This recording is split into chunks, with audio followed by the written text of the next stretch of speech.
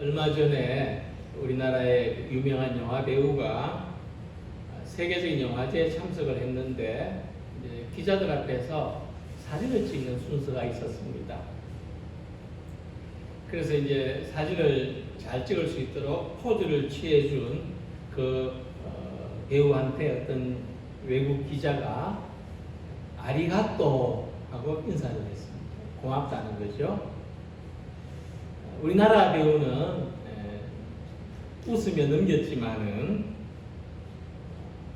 서양 사람들한테 대부분의 동양 사람들은 일본 사람으로 생각하는 관념이 있다는 것을 보여준 그런 작은 해프닝이었습니다.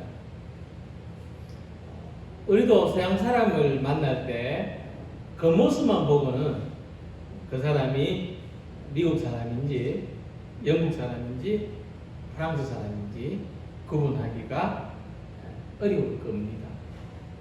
자, 그러면 우리가 어떻게 그 사람을 알 수 있느냐? 그 사람이 하는 말을 듣고,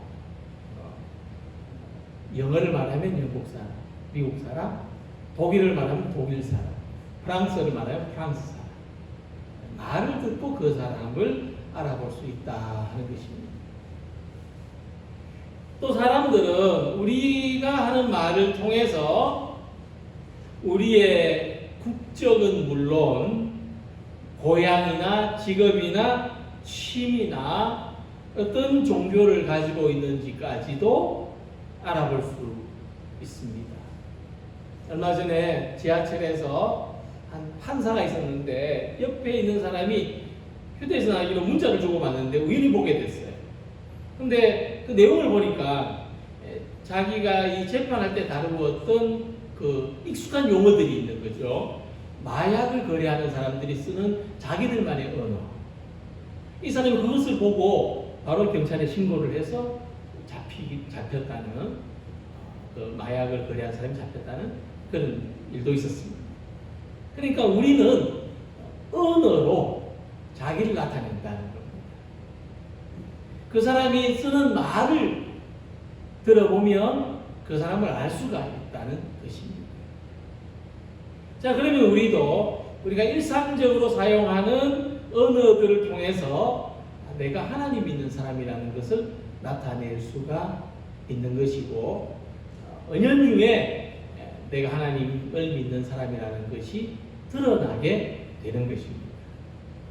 히브리서 1장 2절에서 이 모든 날 마지막에는 아들을 통하여 우리에게 말씀하셨으니 이 아들을 만유의 상속자로 세우시고 또 그로 말미암아 모든 세계를 지으셨느니라 말씀했습니다.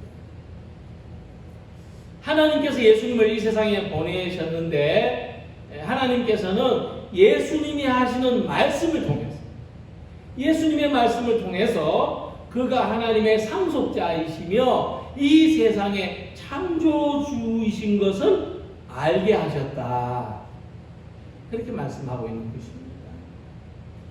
예수님은 예수님의 말씀을 통해서 그분이 하나님의 독생자이시며 세상의 구주시고 창조주이신 것을 우리에게 알려주셨다.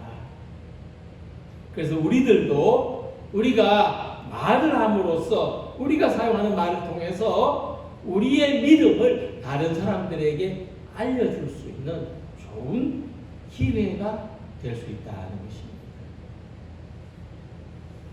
사람들은 우리가 사용하는 신앙의 언어들을 통해서 예수님의 복음을 들을 수 있습니다.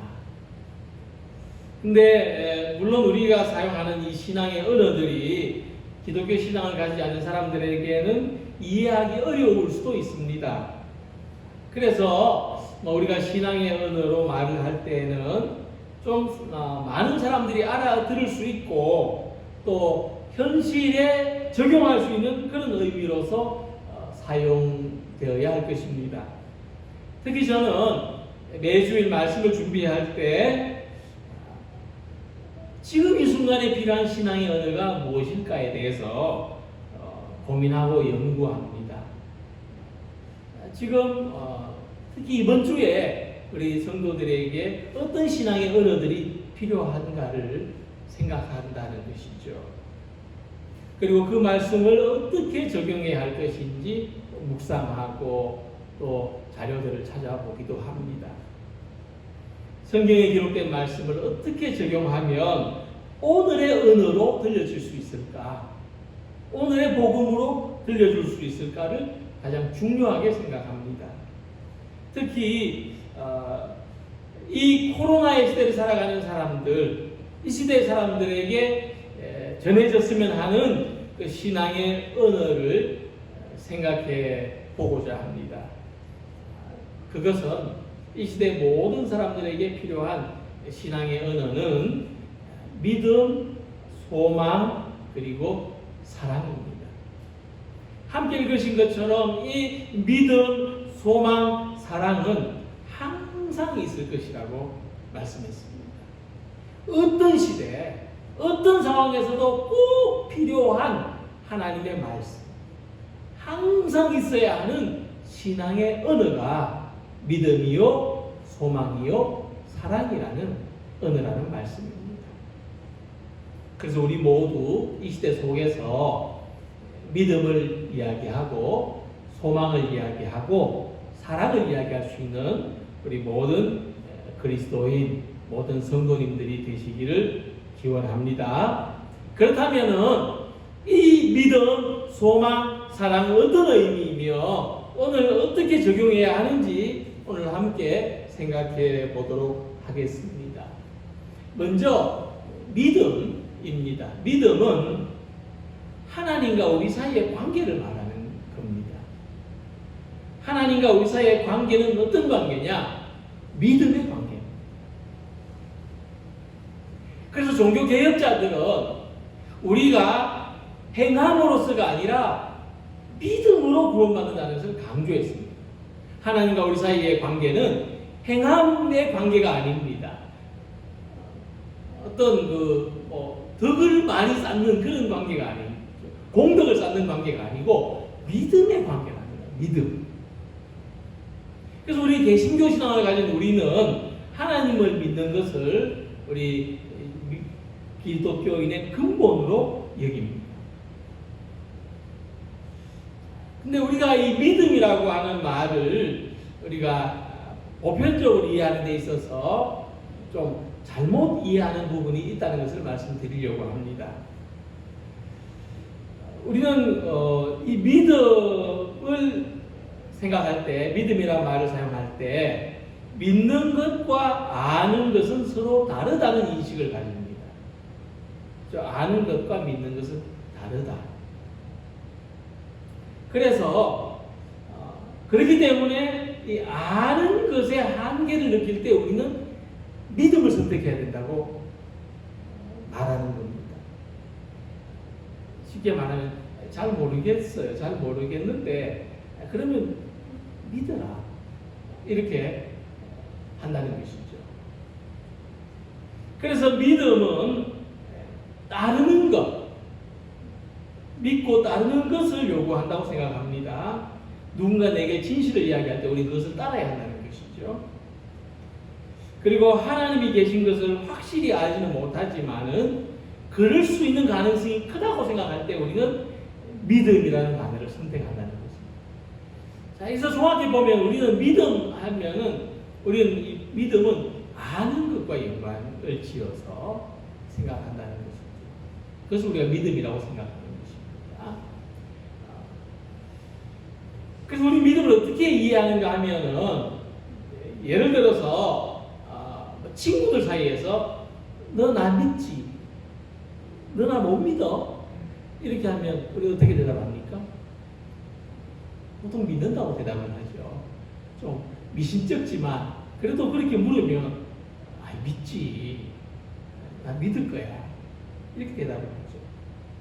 그래서 잘 모르지만은 믿는다고 말하면 확신이 생깁니다. 이런 마음으로서 믿음을 이야기한다는 것입니다. 그래서 냉정하게 바라보면은 우리가 믿음을 이야기할 때는 항상 불안이 있는 거예요. 내가 믿지 못하면 어떡하나 하는 불안이 있다는 거죠. 그래서 믿습니다. 믿으십시오. 이 말을 반복한다고 해서 확신을 가지게 되는 것은 아니라는 겁니다. 우리 믿음을 그렇게 오해하고 있습니다. 내가 믿습니다 하면은 불확실한 것이 해소될 것으로, 내가 모르는 것이 알아질 것으로 생각하지만 그렇지 않다는 겁니다. 그래서 믿음을 우리 어떻게 이해해야 되느냐? 믿음은 아는 것이 아니고 믿음은 사랑하는 것입니다. 그래서 우리가 하나님을 믿는다 그럴 때 우리는 하나님을 안다 이렇게 생각하지 말고 하나님을 사랑한다라고 생각해야 됩니다. 하나님과 우리 사이의 관계는 사실 믿음 이전의 사랑입니다. 하나님과 우리 사이의 관계는 가장 원초적인 관계는 사랑이에요. 그래서 구약의 선지자들은 하나님과 우리 사이의 근원적인 관계는 사랑이라는 것을 강조했습니다. 특히 호세아서에 가장 잘 나타나 있죠. 왜냐, 이스라엘 백성들은 하나님을 믿는다고는 했지만 하나님을 사랑하지는 않았습니다. 이런 모습들을 선지자들이 지적하고 있는 거예요. 하나님을 믿는다고는 했지만은 그들은 바알도 우상으로 섬겼습니다. 그래서 신명기의 말씀이 굉장히 중요해요. 이스라엘아 들으라, 우리 하나님 여호와는 오직 유일한 여호와시니 너는 마음을 다하고 뜻을 다하고 힘을 다하여 어떻게 해야? 내 하나님 여호와를 사랑하라. 믿으라가 아니고 내 하나님 여호와를 사랑하라. 자, 이 말씀처럼 우리도 하나님을 믿는다는 말보다는 하나님을 사랑한다는 말을 즐겨 사용해야 됩니다. 오늘부터 성도님들은 나 하나님 믿는 사람이다 이런 말보다는 나 하나님 사랑하는 사람이야 이 말을 더욱 즐겨 사용하시기를 바랍니다. 우리 그리스도인은 어떤 사람이냐? 저 예수 믿는 사람, 저 사람 하나님 사랑하는 사람, 저 사람 하나님 사랑하는 사람이야 이렇게 드러나기를 소망합니다. 그래서 성경을 보면 예수님은 어떤 분이냐? 그 시대에 유일하게, 예수님만이 유일하게 하나님을 사랑하신 분이었다는 것을 알 수 있습니다. 복음서를 한번 잘 읽어보십시오. 이런 마음으로 한번 읽어보십시오. 그러면 예수님만 유일하게 하나님을 사랑하신 분이었구나, 그것을 알게 됩니다. 예수님 시대에 하나님 믿는 사람들은 많았습니다. 사두개인, 바리새인 많았죠. 하지만 하나님을 사랑하는 사람은 예수님밖에 없었습니다. 그래서 예수님은 우리가 하나님을 믿는다는 것과 하나님을 사랑하는 것이 다르다고 말씀하십니다. 어떻게 말씀하셨냐 하면은 요한복음 16장 2절에 이렇게 말씀하십니다. 사람들이 너희를 출교할 뿐 아니라 때가 이르면 너희를 죽이는 자가 생각하기를 이것이 하나님을 섬기는, 하나님을 믿는 일이라 하리라. 사도 바울도 마찬가지입니다. 사도 바울도 자기가 하나님 믿는 열심히 지나쳤을 때 이렇게 말하고 있어요. 내가 이전에 유대교에 있을 때 행한 일을 너희가 들었거니와 하나님의 교회를 심히 박해하여 멸하고 내가 내 동족 중 여러 영갑자보다 유대교를 지나치게 믿어 내 조상의 전통에 대하여 더욱 열심히 있었으나. 자, 우리가 하나님을 믿는 믿음이 왜곡될 때 우리는 다른 사람들을 쫓아내거나 죽이는 것을 하나님 믿는 도리로 잘못 생각할 수 있다는 겁니다. 심지어 바울도 교회를 박해하는 일을 하는 것이 하나님 믿는 도리라고 잘못 생각했다는 것입니다. 그래서 우리가 하나님을 믿는다는 말보다도 하나님을 사랑한다고 말할 때에 우리는 하나님과 더욱 올바른 관계 속에서 살아가게 되는 것입니다. 믿음이 왜곡되지 않을 수 있는 것입니다. 꽃이 있는 것을 아는 것과 꽃을 사랑하는 것은 전혀 다른 거죠. 하나님을 사랑하는 것은 하나님이 계신 것을 아는 것과는 전혀 다른 문제입니다. 그래서 오늘 우리 성도님들은 하나님 사랑하는 사람들이 되시기를 바랍니다. 신명기 말씀처럼 내 마음을 다, 내 뜻을 다, 내 힘을 다해서 하나님 한번 사랑하시기 바랍니다. 하나님을 사랑하는 데는 사실 하나님에 대해서 더 깊은 믿음을 필요로 합니다. 하나님을 사랑하는 것은 지식보다 의지를 더 필요로 합니다.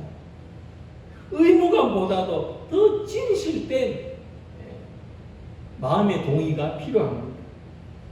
그래서 하나님을 사랑함으로써 예배의 삶을 살아가고 또 일상 속에서도 믿음의 삶을 살아가는 우리 모두가 되시기를 바랍니다. 어렵고 힘든 일상 속에서도 막막한 현실 속에서도 불안하고 두려운 미래 앞에서도 하나님을 사랑하는 마음으로 살아가는 우리 모두가 되시기를 소망합니다. 두 번째 이 시대에 필요한 신앙의 언어는 소망입니다.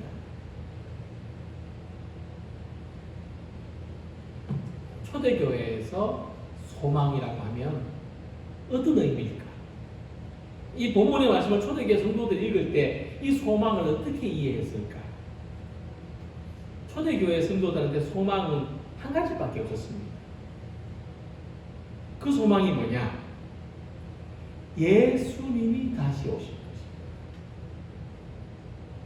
것입니다. 뭐 요즘 젊은 사람들한테 소망이 뭐냐 이렇게 물어보면은 뭐 취직하는 거요, 뭐 결혼하는 거요, 어떤 사람은 뭐 크게 복권에 당첨되는 거요, 이렇게 이야기를 한다고 합니다만은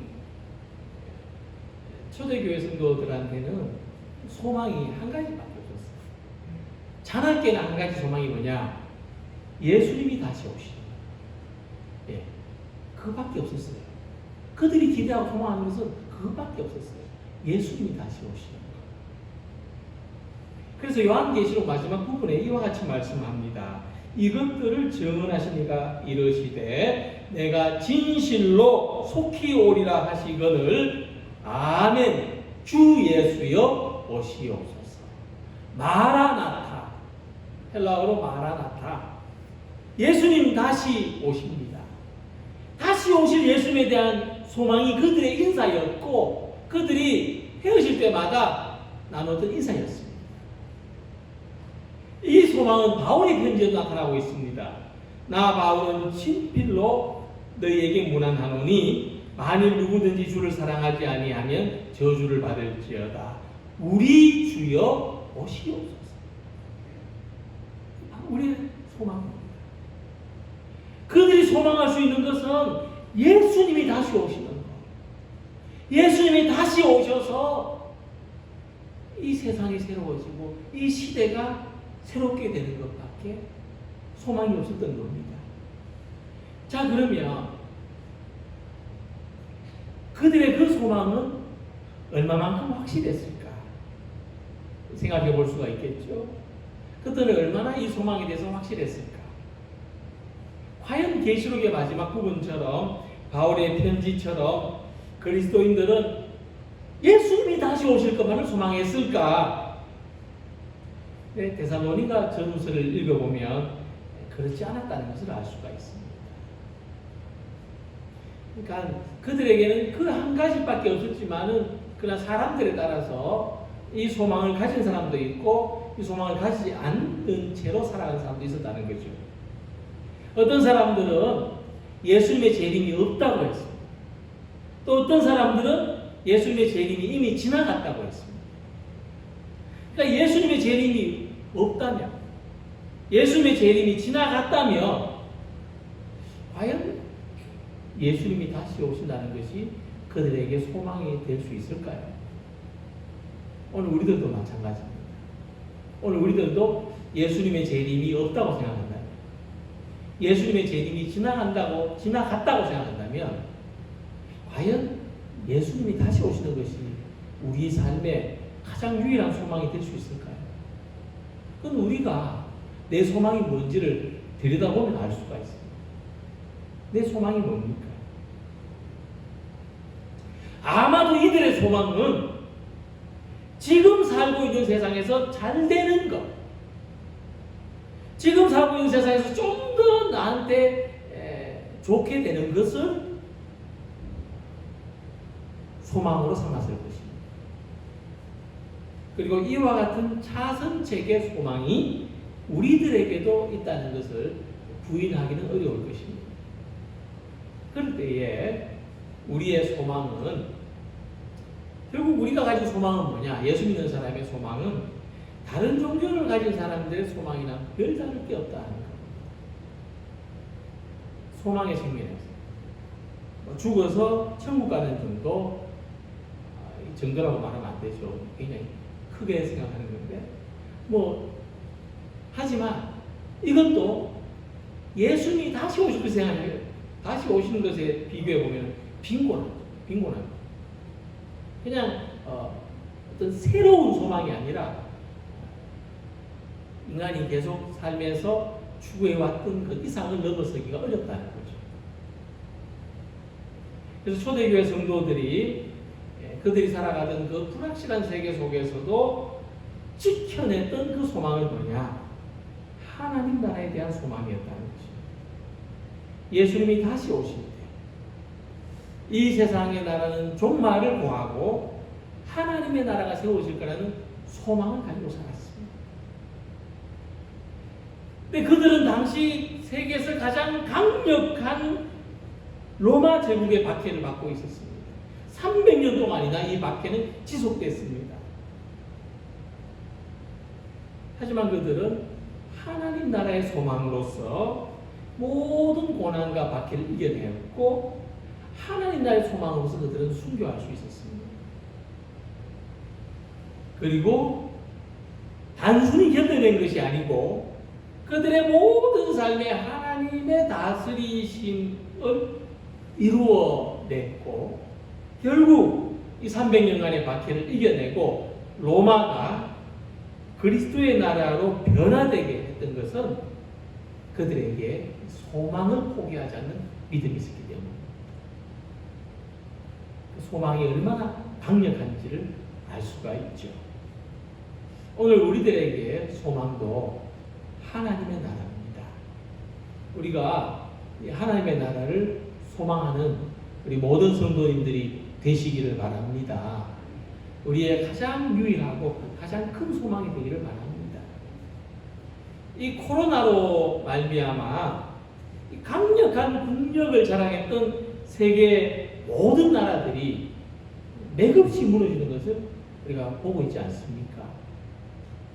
인구를 자랑하고, 국민 소득을 자랑하고, 성장 가능성, 잠재력을 자랑하는 이 모든 나라들이 코로나 바이러스 앞에 맥없이 무너지고 있습니다. 우리가 세상에 대해서 가지는 소망이 얼마나 허약한지를 알 수 있지 않습니까? 우리가 세상에 대해서 기대하고 계획했던 이 모든 것들이 부실 없는 꿈에 불과해지는 것을 경험하고 있습니다. 그래서 하나님 나라에 대한 소망이 얼마나 강력한지를 우리가 알게 되는 것입니다. 우리 그리스도인들은 하나님 나라를 소망하는 사람, 모든 대립과 분열을 넘어서 있는 하나님 나라가 우리의 소망이라는 것을 이 세상 사람들이 알게 해주시기를 바랍니다. 그리고 그들도 진정한 소망에 대해 이 세상이 우리의 소망이 아니라 하나님의 나라가 우리의 소망이구나 하는 것을 알려주시기를 바랍니다. 우리가 가진 이 소망이 이 세상의 현실에 잠식되거나 불안과 두려움에 빼앗기지 않기를 바랍니다. 하나님의 나라는 예수님을 통해서 시작됐고 예수님의 다시 오심을 통해서 완성될 것입니다. 세상에 그 어떤 것도 빼앗아 갈 수 없는 소망을 가지시고 이 소망으로 살아가는 우리 모두가 되시기를 바랍니다. 오늘 절망이 가득한 세상에 하나님 나라의 희망을 전하는 그리스도인들이 되시기를 기원합니다. 그리고 이 시대에 필요한 세 번째 신앙의 언어는 사랑입니다. 본문 말씀에서도 그 중에 제일은 사랑이라고 했습니다. 그것은 무슨 뜻이냐 하면 사랑이 모든 것을 완성한다는 것입니다. 왜 집을 지을 때 기초 잘 놓고 벽 잘 세우고 실내 장식 잘 하고 그런데 지붕이 없으면 어떡합니까? 그렇죠? 맨 마지막을 덮는 것은 사랑, 지붕이죠. 이와 같이 사랑은 지붕 역할을 한다. 우리 믿음의 지붕 역할을 합니다. 모든 것을 완성한다. 믿음도 소망도 사랑에 의해서 완성된다는 것입니다. 이 세상의 문화를 보면은 이 삶의 완성은 사랑이에요. 그죠? 삶의 완성은 사랑입니다. 그런 세대죠. 결혼은 선택, 사랑은 필수, 아모르 파티. 그런 가사를 들은 것 같습니다. 사랑을 삶의 완성으로 보는 거예요. 과거는 결혼이 삶의 완성이죠. 통과 의례. 장가는 가야지, 시집은 가야지. 근데 요즘은 선택이고 사랑이 필수다.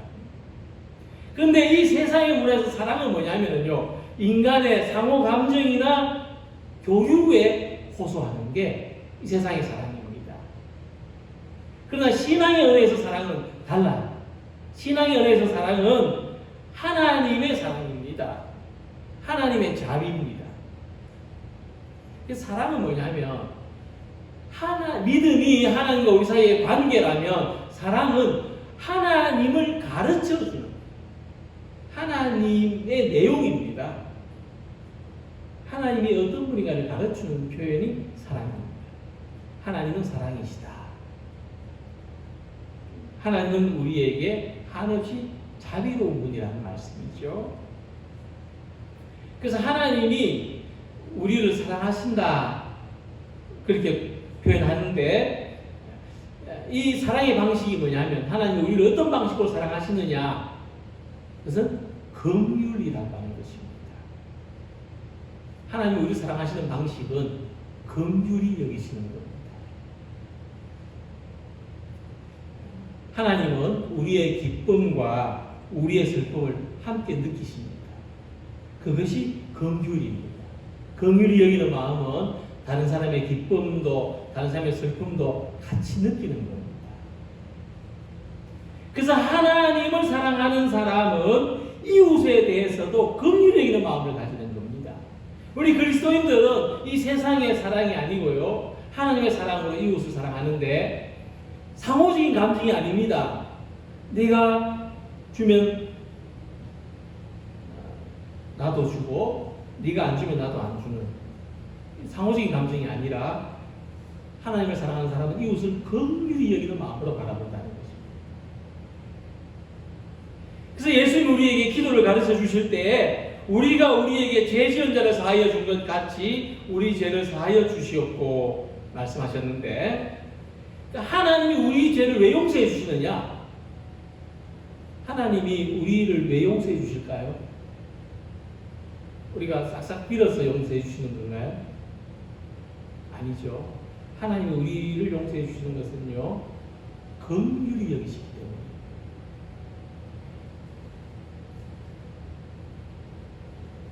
우리가 많이 빌어서 용서해 주신다고 하면 공로주의죠. 그건 아닙니다. 하나님 우리를 용서해 주시는 단 한 가지 이유는 우리가 어떤 죄를 지었다 할지라도 아무리 빌어도 용서받을 수 없는 그런, 인간적으로 생각해 볼 땐 그런 잘못이라 할지라도 하나님 우리를 긍휼히 여기시기 때문에 우리 죄를 사하여 주신다는 겁니다. 그래서 하나님은 우리의 어떤 잘못이나 우리의 허물, 우리의 약함을 대하실 때 왜 이러냐? 왜? 너는 왜 요것밖에 안 되냐? 왜 더 이상 안 되냐? 왜 이러냐? 꾸짖으시기 전에 우리가 그럴 수밖에 없는 사람이라는 것을 이해하십니다. 그것이 긍휼입니다. 우리가 그럴 수밖에 없는 사람이라는 것을 하나님이 이해하십니다. 사람들은 이해 못해요. 그러나 하나님은 이해해 주십니다.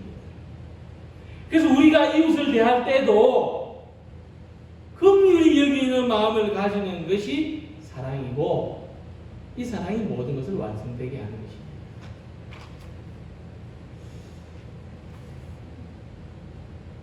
우리는 이웃을 긍휼히 여기는 마음으로 바라보아야 합니다.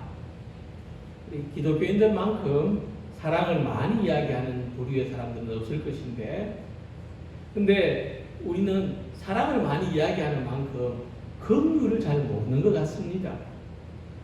그래서 우리가 사랑을 긍휼로 바꾸어서 말할 수 있다면 우리는 훨씬 더 하나님의 본래적인 사랑에 가까운 사람으로 살아갈 줄로 믿습니다.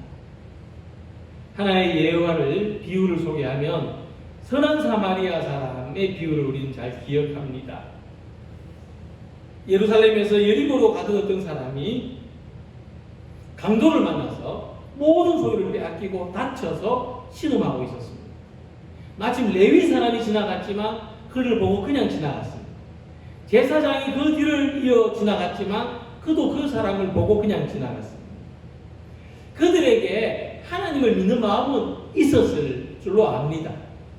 그러나 강도 만난 사람을 긍휼히 여기는 마음은 없었습니다.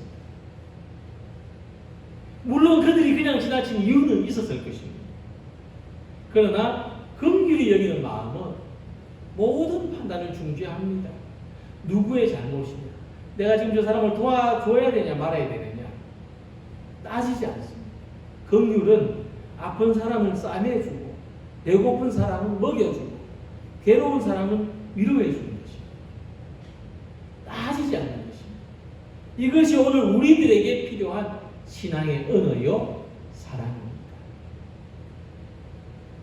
가끔 인터넷 게시판이나 요즘도 어떤 쪽지를 나눠주는 데 보면 예수님 믿으세요, 하나님 우리를 사랑하십니다, 이런 글들을 발견합니다.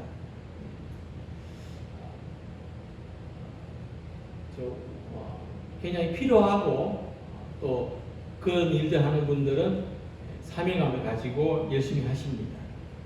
근데 우리가 이런 생각을 해봅니다. 이런 것이 여기서 한 걸음 더 나아가서 생각해 보자는 것이죠. 과거에 북한에서 남한 사람들 향해서 삐라를 많이 뿌렸습니다. 그렇죠? 그 보면은 뭐 오라 북으로 지상 낙원 이런 이제 선전 구호들이 쓰여져 있죠. 근데 요즘은 그렇게 하지 않습니다. 왜 그럴까요? 이게 별 의미가 없다는 것, 별 효과가 없다는 것, 별 소용이 없다는 것입니다. 요즘 남한 사람들이 북한에 삐라를 뿌립니다. 어떻게 뿌리냐면 거기다가 1달러짜리를 많이 넣어가지고 보낸다고 해요. 그럼 북한 사람들이 돈을 주려고, 달러를 주려고 와서 이제 거기서 보내는 메시지를 본다는 것이죠. 뭐가 더 중요하냐, 무엇이 더 효력을 미치느냐의 문제입니다. 마찬가지로 오늘 우리들도 물론 종이에 하나님이 당신을 사랑하십니다라고 쓰인 것을 전달해 주는 것도 필요하지만 우리의 삶에서 신앙의 언어로 말하는 그만큼의 효과는, 그만큼 뛰어난 효과는 없을 것이라고 생각합니다. 우리가 살아있는 신앙의 언어로 말하는 우리들이 되기를 소망합니다. 내가 하는 말이 사실로 전해질 수 있는 그런 삶을 살아가는 우리 모두가 되시기를 소망합니다. 세상 속에서 하나님을 사랑하는 모습을 보이는 우리 모두가 되시고, 우리 삶의 모든 곳에 하나님의 다스리심을 따르는 우리의 삶이 되시고, 모든 사람들을 긍휼히 여기시는 우리 모두가 되셔서 이 세상에 믿음과 소망과 사랑의 언어를 말하고 전하는 우리 모두가 되시기를 주님 이름으로 축원합니다. 기도드리겠습니다.